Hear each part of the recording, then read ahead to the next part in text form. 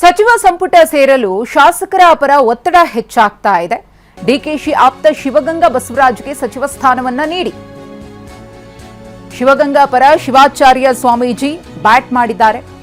ದಾವಣಗೆರೆ ಜಿಲ್ಲೆಯ ಚನ್ನಗಿರಿಯ ಹಿರೇಮಠದ ಸ್ವಾಮೀಜಿ ಚನ್ನಗಿರಿ ಕ್ಷೇತ್ರದಿಂದ ಜೆಎಚ್ ಪಟೇಲ್ ಸಿಎಂ ಆಗಿದ್ರು. ನಂತರ ಈ ಕ್ಷೇತ್ರದಿಂದ ಯಾರೊಬ್ಬರೂ ಸಚಿವರಾಗಿಲ್ಲ. ಶಿವಗಂಗಾ ಬಸವರಾಜ್ ಅವರು ಉತ್ಸಾಹಿಗಳಾಗಿದ್ದಾರೆ. ಅವರಿಗೆ ಡಿಕೆ ಶಿವಕುಮಾರ್ ಅವರು ಸಚಿವ ಸ್ಥಾನವನ್ನ ನೀಡಬೇಕು ಅಂತ ಹೇಳಿ ಶಿವಾಚಾರ್ಯ ಶ್ರೀಗಳು ಆಗ್ರಹಪಡಿಸಿದ್ದಾರೆ. ರಾಜ್ಯ ಸರ್ಕಾರ ಡಿಕೆ ಶಿವಕುಮಾರ್ ಅವರು ಮುಖ್ಯಮಂತ್ರಿಯಾಗಿ ಏನು ಪದಗ್ರಹಣ ಮಾಡಿಕೊಂಡು ಹೊಸ ಸರ್ಕಾರವನ್ನು ರಚನೆ ಮಾಡ್ತಿದ್ದಾರಲ್ಲ, ಅದರಲ್ಲಿ ಚನ್ನಗಿರಿ ಕ್ಷೇತ್ರದಿಂದ ಏನಾಗಿದೆ ಅಂತಂದ್ರೆ ಜೆಎಚ್ ಪಟೇಲ್ ಮುಖ್ಯಮಂತ್ರಿ ಆದ ಕಾಲವೇ ಕೊನೆ ಆಯಿತು. ರಾಜಣ್ಣನವರು ಶಾಸಕರಾದಾಗ ಇಲ್ಲ, ವಿರೂಪಾಕ್ಷಪ್ಪನವರು ಶಾಸಕರಾದಾಗಲೂ ಸಹ ಮಂತ್ರಿ ಸ್ಥಾನ ಸಿಗಲಿಲ್ಲ. ಈ ತಾಲೂಕಿನ ಅಭಿವೃದ್ಧಿಗೋಸ್ಕರ ನಾವು ಕೇಳ್ತಾ ಇದ್ದೇವೆ. ಇಲ್ಲಿ ಜಾತಿ ಆಧಾರಿತ ನಾವು ಪ್ರಶ್ನೆ ನಾವು ಮಾಡ್ತಾ ಇರೋದು. ಇಲ್ಲಿ ಆ ಜಾತಿ ಈ ಜಾತಿ ಅಂತ ಹೇಳಲ್ಲ. ನಮಗೆ ತಾಲೂಕಿಗೆ ಅಭಿವೃದ್ಧಿ ಆಗಬೇಕು. ಈಗ 15 ವರ್ಷದ ಮೇಲ್ಪಟ್ಟು ಆಗಿರ್ತಕ್ಕಂಥದ್ದು ಇಲ್ಲಿ ತನಕನೂ ನಮಗೆ ಖಾತೆ ಸಿಕ್ಕಿಲ್ಲ. ಈ ತಾಲೂಕು ಇನ್ನು ಕಾಂಗ್ರೆಸ್ನಲ್ಲಿ ಜೋರಾಗ್ತಾನೆ ಇದೆ ಸಚಿವ ಸ್ಥಾನಕ್ಕೋಸ್ಕರ ಪೈಪೋಟಿ.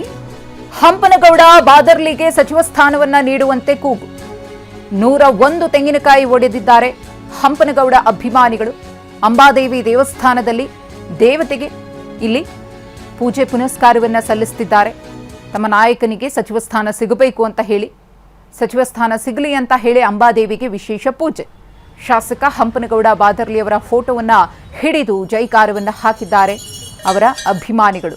5 ಬಾರಿ ಶಾಸಕರಾಗಿದ್ದಾರೆ. ಹಾಗಾಗಿ ಈ ಸಲ ಅವರಿಗೆ ಸಂಪುಟದಲ್ಲಿ ಸಚಿವ ಸ್ಥಾನವನ್ನ ಕೊಡಲೇಬೇಕು ಅನ್ನೋ ಆಗ್ರಹ.